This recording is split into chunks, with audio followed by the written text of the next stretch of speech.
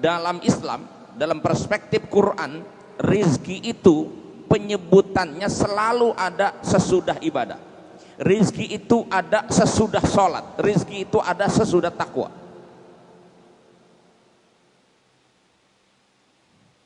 Coba aja Bapak baca Quran, ya ayyuhan nasu budu rabbakumul ladzi khalaqakum walladzina min qablikum la'allakum tattaqun alladzi ja'ala lakumul arda firasya was samaa'a binaa'a wa anzala minas samaa'i maa'a fa akhraja bihi minas samarati rizqan lakum. Seruannya, wahai manusia, u'budu rabbakum ay wahidu rabbakum, tauhidkanlah Tuhanmu, esakan Tuhanmu, beribadalah kamu hanya kepadanya dan hanya untuknya, karena Dia Tuhan yang telah menciptakan kamu. Jadi perintahnya ibadahlah. Kalimat nanti ada ujungnya sono, rizqan lakum, tuh di belakang adanya.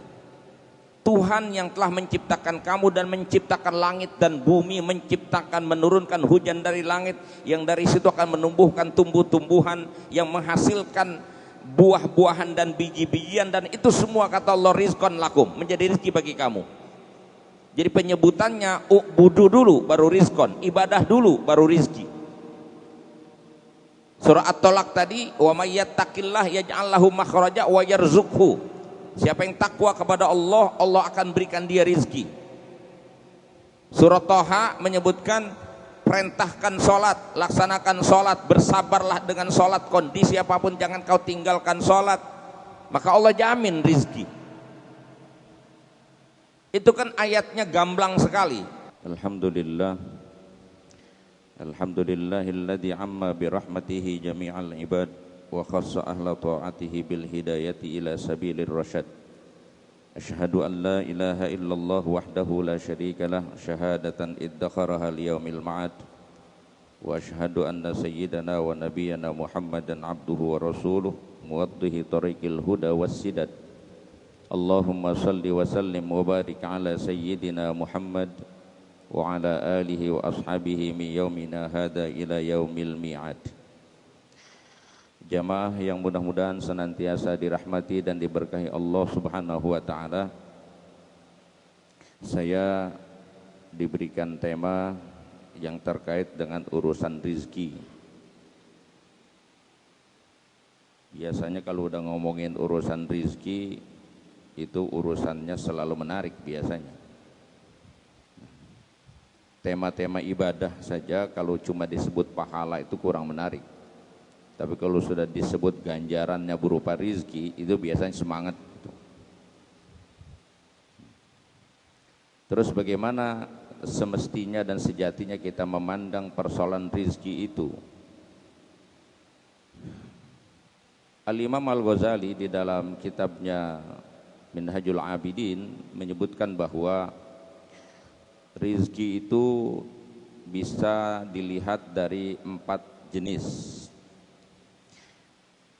Yang pertama rizkun madmun, yaitu rizki yang sudah dijaminkan oleh Allah berlaku pada makhluknya. Tidak ada makhluk di muka bumi ini kecuali Allah jamin rizki mereka semua. Surah Hud ayat 6 kita bisa lihat ayatnya, wa ma min dabbatin fil ardi illa 'alallahi rizquha. Tidak ada makhluk melata di muka bumi ini kecuali Allah pastikan ada rizki baginya. Yang kedua rizkun maksum, rizki yang Allah jatah, Allah beri kepada masing-masing pihak, masing-masing orang dengan volume yang berbeda. Ada jatahnya. Dalam surah Zuhruf ayat 32 kita ketemu ayatnya, nahnu qasamna bainahum ma'isyatahum fil hayatid dunya. Kami membagi jatah kehidupan mereka di dalam kehidupan dunia ini. Dan di beberapa ayat dengan redaksi yang sedikit berbeda tapi muatannya sama, yaitu ayat yang berbunyi inna rabbaka yabsutur rizqa liman yasha wa yaqdir. Sesungguhnya Tuhanmu kuasa meluaskan rizki bagi orang-orang yang ia kehendaki, dan Allah kuasa menyempitkan rizki dari orang-orang yang ia kehendaki. Itu di dalam surah Al-Isra ayat 30.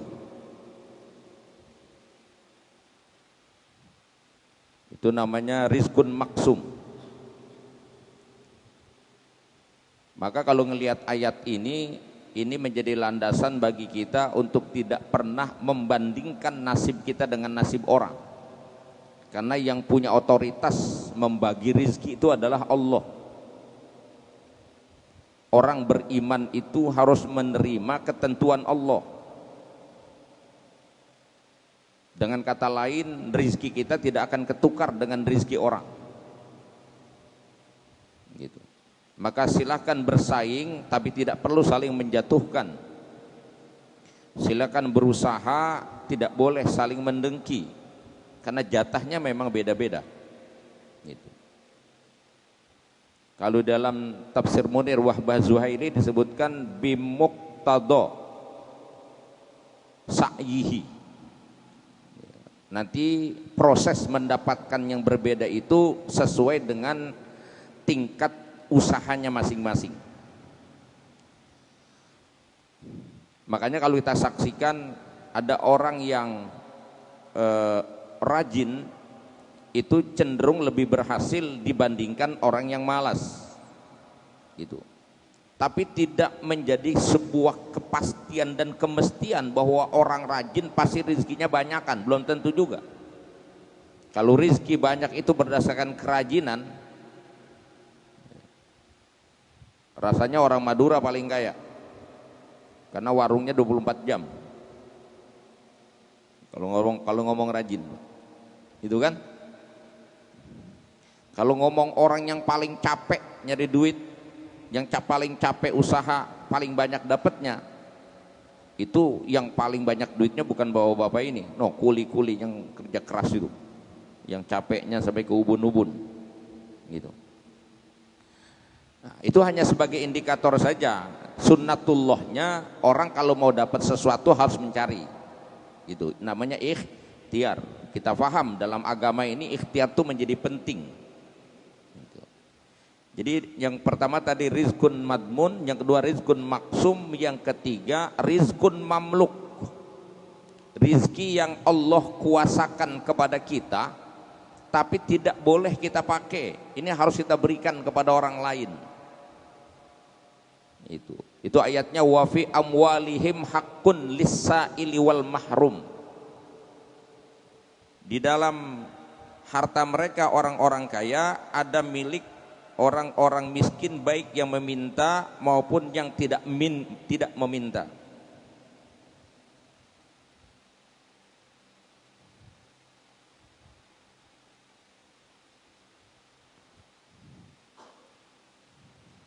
Itu ada di dalam surah Ad-Dzariyat ayat 19. Ad-Dzariyat ayat 19. Dan kemudian rizki yang keempat namanya rizkun mau'ud. Rizki yang dijanjikan oleh Allah khusus berlaku bagi hamba-hamba pilihan. Itu surah At-Tolak ayat 34. Kita baca di sana ayatnya wa may yattaqillaha yaj'al lahu makhraja wa yarzuqhu min haitsu la yahtasib. Siapa yang bertakwa kepada Allah, maka Allah akan berikan dia jalan keluar dari segala persoalan hidupnya. Allah akan tolong dia ketika menghadapi masalah. Yang kedua, janji Allah buat orang yang bertakwa, wa yarzuqhu min haitsu la yahtasib. Allah akan limpahkan kepadanya rizki dari jalan yang tidak terduga. Itu 4 jenis rizki dalam kajian kita hari ini. Dan rizki itu pada akhirnya nanti mengerucut pada pemberian Allah tidak saja berupa materi, dia juga bisa berupa imateri. Ada yang sifatnya hissi, ada yang maknawi. Kalau hissi secara fisik, ya rizki itu ada bentuknya, itu harta benda gitu. Tapi kata ulama dalam kajian-kajiannya menyebutkan bahwa rizki yang paling tinggi bagi manusia itu sebenarnya yang disebut dengan rizki pemberian dan limpahan Allah kepada kita itu bukannya materi itu. Yang paling mahal rizki itu ya, yaitu as-sihhah wal afiyah. Kalau bicara tentang hidayah, ya berarti yang paling tinggi itu hidayah, Pak, iman. Ya kan kita udah megang Quran dan nerima Islam nih. Nah, dalam pandangan kita sebagai orang beriman, yang harus kita nilai lebih tinggi itu nilainya adalah as-sihhah wal afiyah. Itu lebih mahal ketimbang harta, itu rezeki yang adanya di bawah, paling rendah. Gitu. Karena seringkali ya orang hanya menilai rizki itu harta saja gitu. Makanya kalau dibilang tadi ayatnya, siapa yang bertakwa kepada Allah, Allah akan limpahkan rizki kepadanya lewat jalan yang tak terduga. Belum lagi kita baca di dalam surah lain, surah Toha itu, wa'mur ahlaka bis-shalah wastabir 'alaiha la nas'aluka rizqa nahnu narzuquka wal 'aqibatu littaqwa. Perintahkan keluargamu untuk sholat, wastabir 'alaiha, dan bersabarlah atas sholat itu. Maksudnya sabar akan sabar dalam ibadah, Pak. Artinya bertahan kita dalam kondisi apapun, kewajiban sholat jangan ditinggal. Bahkan perintahnya bukan cuma kita saja, kita berkewajiban mengajak dan membimbing keluarga kita untuk sholat. Menariknya justru ayat itu disambung langsung dengan kalimat wa'mur ahlaka bis-shalah wastabir 'alaiha la nas'aluka rizqa. Kami tidak minta kepada kamu, tidak meminta kepada kamu untuk urusan rizki ini. Nahnu narzukuka, kami yang akan berikan rizki kepadamu, kami akan urus rizkimu. Wal aqibatu littaqwa, happy endingnya itu akan berlaku bagi orang-orang yang benar-benar bertakwa. Jadi secara sederhana saya mau katakan bahwa dalam Islam, dalam perspektif Quran, rizki itu penyebutannya selalu ada sesudah ibadah. Rizki itu ada sesudah sholat. Rizki itu ada sesudah takwa.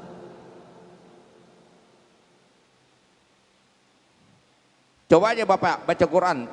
Ya ayyuhan nasu budu rabbakumul ladzi khalaqakum walladzina min qablikum la'allakum tattaqun alladzi ja'ala lakumul arda firasya was samaa'a binaa'a wa anzala minas samaa'i maa'a fa akhraja bihi minas samarati rizqan lakum. Seruannya, wahai manusia, u'budu rabbakum ay wahidu rabbakum, tauhidkanlah Tuhanmu, esakan Tuhanmu, beribadalah kamu hanya kepadanya dan hanya untuknya, karena Dia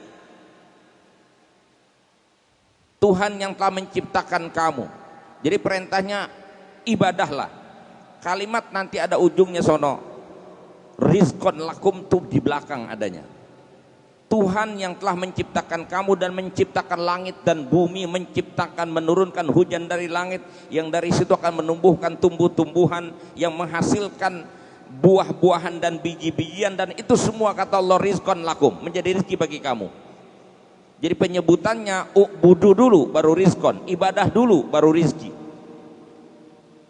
Surah At-Talaq tadi, wa may yattaqillah yaj'al lahu makhraja wa yarzuqhu. Siapa yang takwa kepada Allah, Allah akan berikan dia rizki. Surah Toha menyebutkan perintahkan sholat, laksanakan sholat, bersabarlah dengan sholat, kondisi apapun jangan kau tinggalkan sholat, maka Allah jamin rizki.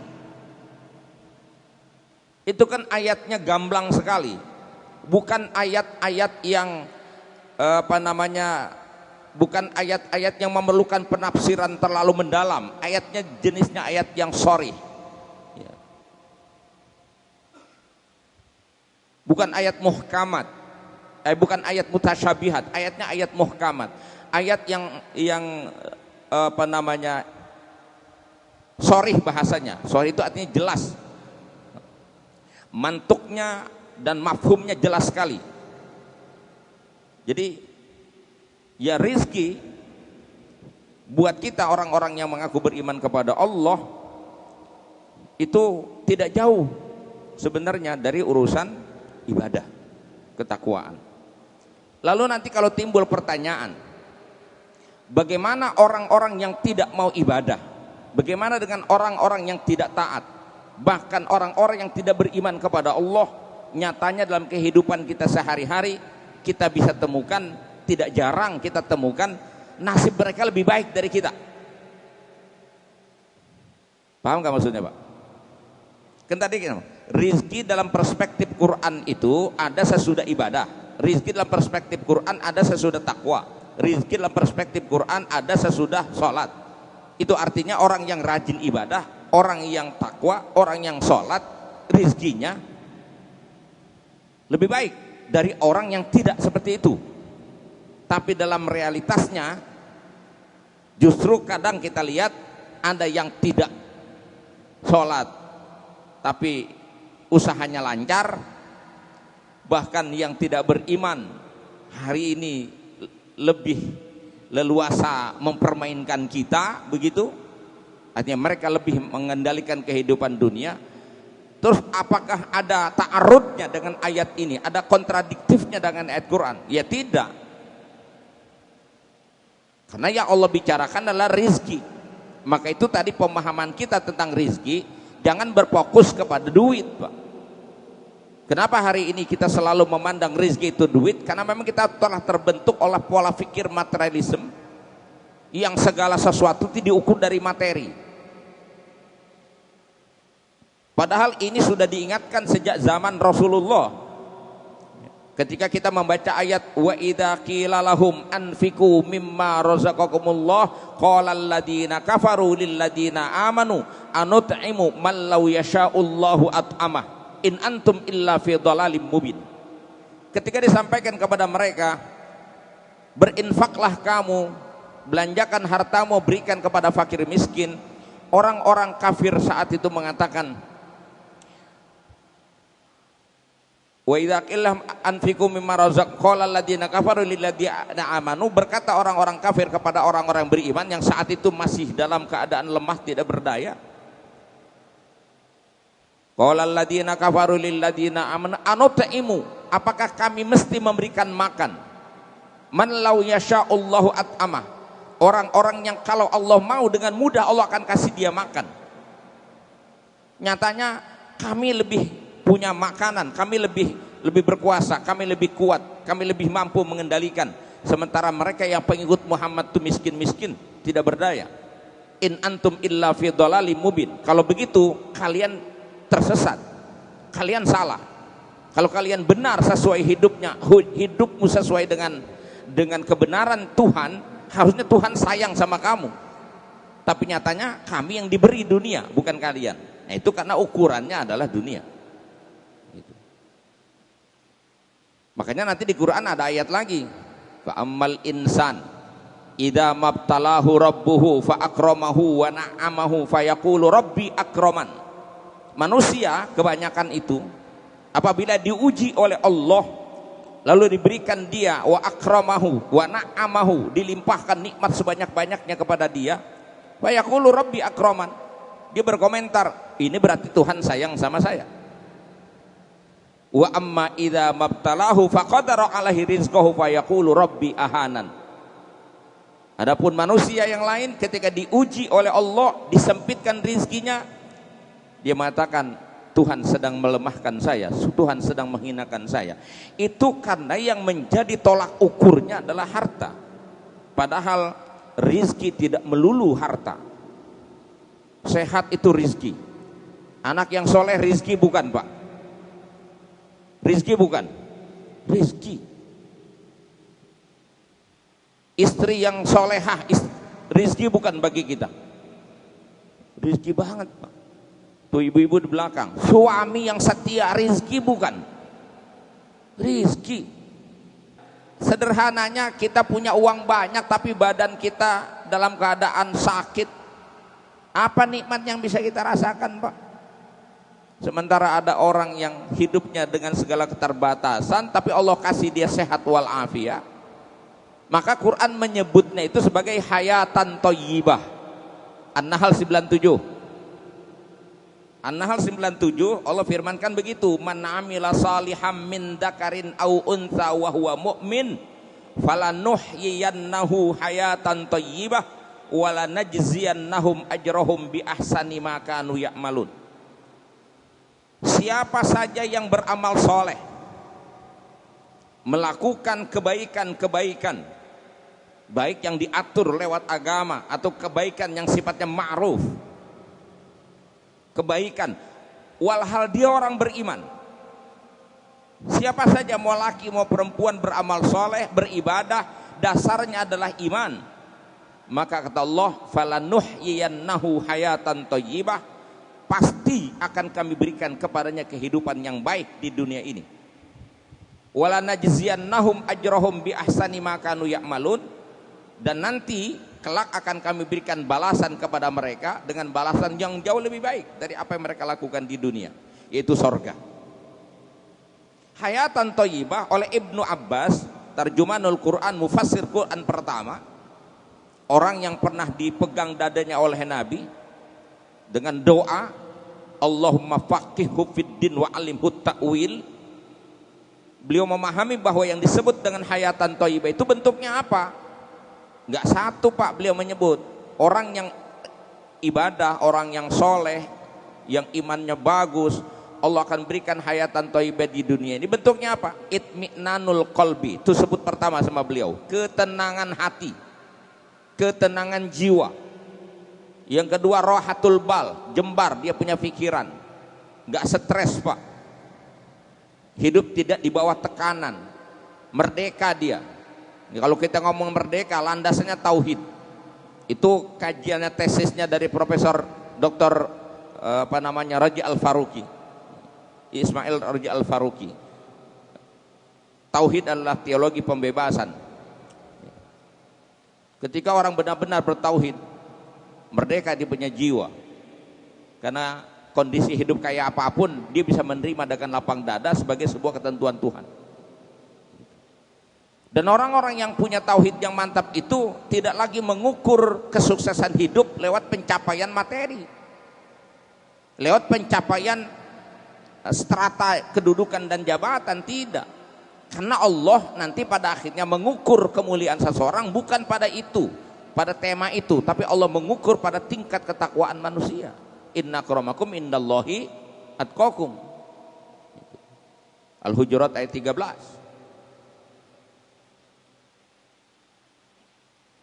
Maka yang dikejar itu bukan lagi sekedar bagaimana dia memenuhi hajat kebutuhan dunianya. Dia benar-benar menjadikan dunia ini sebagai yang disabdakan Nabi, ad-dunya mazra'atul akhirah. Dunia ini tempat kita menanam untuk memetik hasilnya nanti di sana di akhirat. Itulah makna kenapa orang beriman harus percaya adanya hari akhir dan hari pembalasan. Jadi frame berpikir kita tuh jangan flat hanya mikir urusan dunia. Dunia itu menjadi penting ketika memang kita menggunakan dunia ini, menjadikan dunia ini sebagai wilayah kita untuk melakukan tugas-tugas yang Allah berikan kepada kita, fungsi-fungsi kita sebagai manusia yang kita akan mendapatkan ganjarannya nanti di akhirat. Gitu. Yang utuh, maksudnya yang sempurna. Di dunia ini hanya diberikan efek-efek kecil saja. Bahwa orang yang benar-benar takwa sama Allah akan ditolong, yang bertakwa akan dilimpahkan rezeki di luar yang dia duga, itu kan sudah dijawab sama Quran. Tidak melulu kemudian kalau orang nanti solehnya udah banget lalu kemudian hartanya banyak, enggak lagi. Dia tidak bahagia dengan harta, dia tidak merasa mulia dengan kedudukan, maka hidupnya tidak mengejar, tidak hubbul mal, tidak cinta harta, tidak hubbul jah, tidak lagi cinta kedudukan. Yang dia cari manzilah indallah, yaitu kedudukannya di sisi Allah. Makanya pada akhirnya dia akan berhati-hati mencari rezeki itu, bukan sekedar mendapatkan materi, tapi dia benar-benar memastikan yang dia dapatkan itu berkesesuaian dengan iman dia. Terus bagaimana dengan orang-orang yang ahli maksiat, orang-orang yang kafir?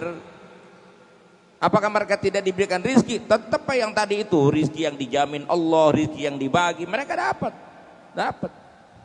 Mereka juga yang punya jiwa sosial juga mendapatkan ganjaran dunia, mereka juga dapat. Tapi yang mau'ud nggak dapat, Pak. Yang mau'ud hanya tuh hamba-hamba Allah yang beriman, yang bertakwa. Bahkan di ayat lain Allah menyebutnya itu bukan lagi rizki. Saya carikan, saya lupa ayatnya. Surah Ali Imran, Pak, di ujung, di akhir.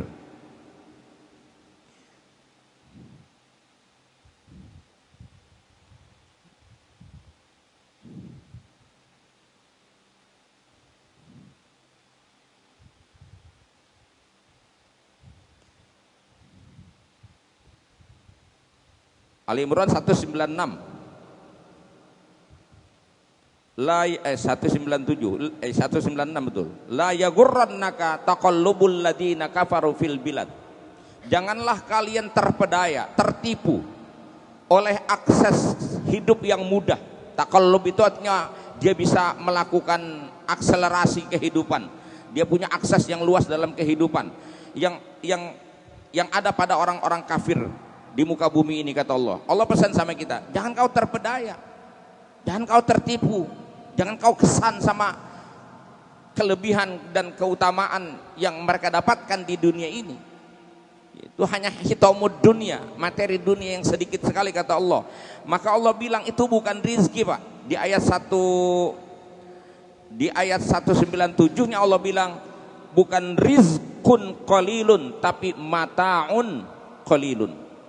Ini untuk menjawab bahwa pastikan rizki itu dalam Al-Quran diberikan kepada orang yang beriman, orang yang beribadah, orang yang takwa, orang yang sarjin sholat, orang yang menjunjung tinggi hukum Allah, akan diberikan mereka. Rizkinya nggak tanggung-tanggung, min haitsu la yahtasib. Yang namanya min haitsu la yahtasib nggak bisa diukur. Ya, kayak ustadz lah, rizkinya nggak bisa diukur. Kadang-kadang banyak, kadang-kadang kagak gitu ya. Kadang-kadang ada yang nggak bisa diukur lah.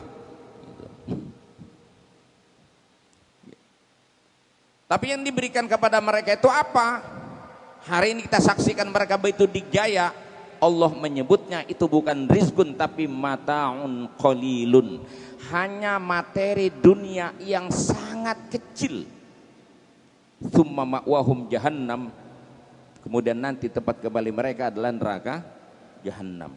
Sebaliknya bagi orang yang tetap bertekun dan membangun keimanan mereka, Allah lanjutkan pada ayat 198, lakinil ladina taqaw rabbahum, akan tetapi bagi orang-orang yang takwa kepada Tuhan mereka, lahum jannatun tajri min tahtihal anhar, mereka akan memperoleh balasan berupa sorga, yang sorga itu digambarkan oleh berupa taman-taman yang sangat indah yang dialiri oleh sungai, nuzulam min indillah, itu benar-benar dikaruniakan oleh Allah Subhanahu wa taala.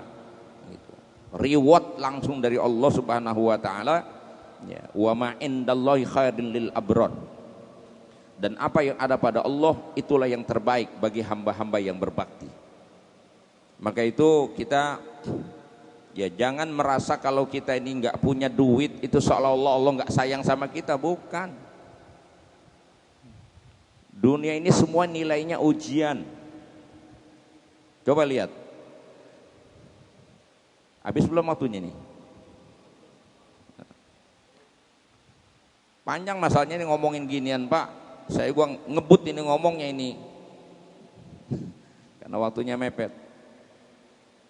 Kullu nafsin dha'iqatul maut.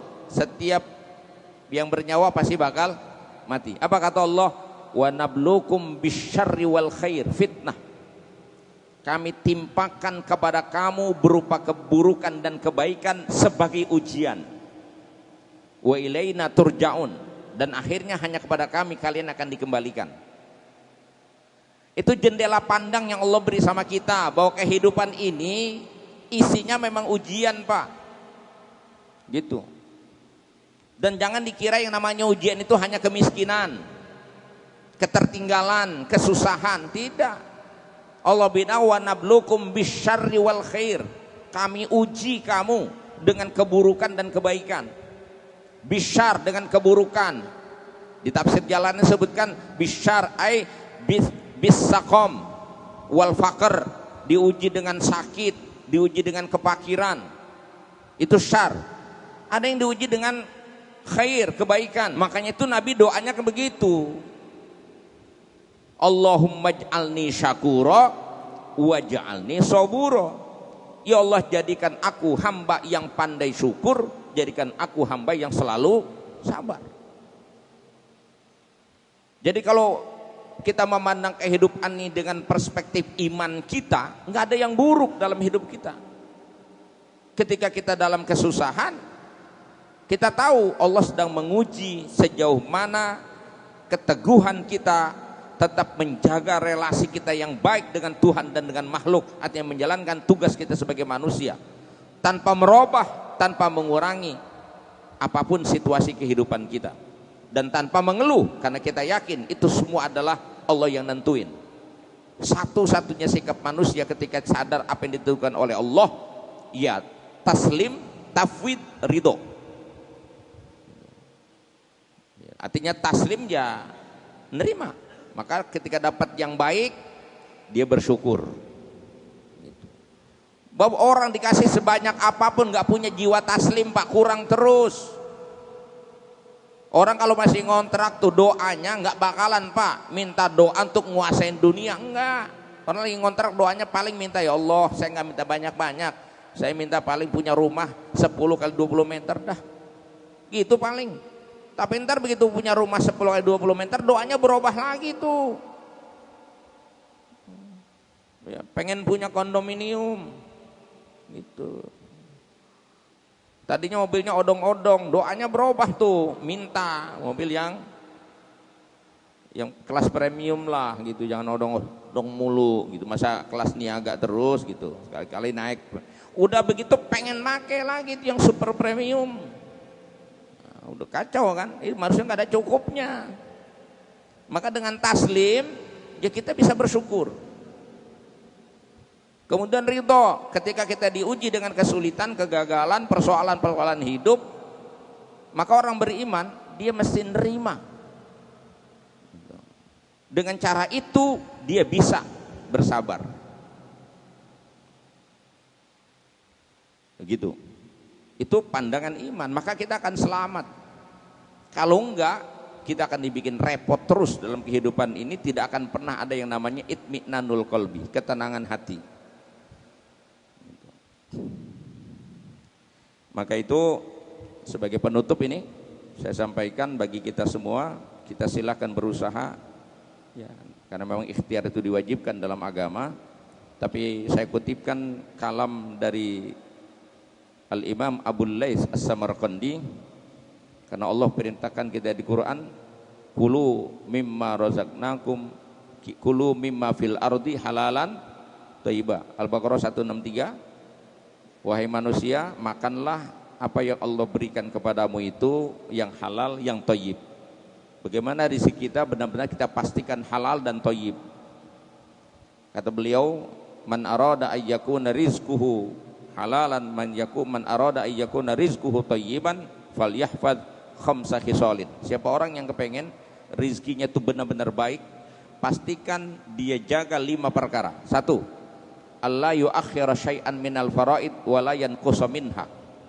Jangan menunda-nunda kewajiban dan jangan mengurang-urangi kewajiban. Artinya sesibuk apapun kita mengejar dunia, jangan lupakan kewajiban kita yang melekat kepada Allah. Jangan ditunda dan jangan dikurangi. Kalau lagi butuh sama Tuhan, sembahyangnya kayak wali. Sujudnya lama, rukunya lama. Tapi giliran lagi ada banyak duit, lagi buru-buru, sholatnya kayak burung sawaliti cebok di kali. Nah, kan masih amatir berarti kita ini. Itu yang pertama ya. Yang kedua, Allah yu'di ahadan min khalqillah.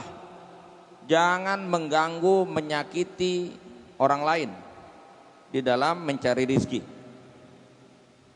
Jangan mengganggu, jangan menyakiti, jangan merugikan orang.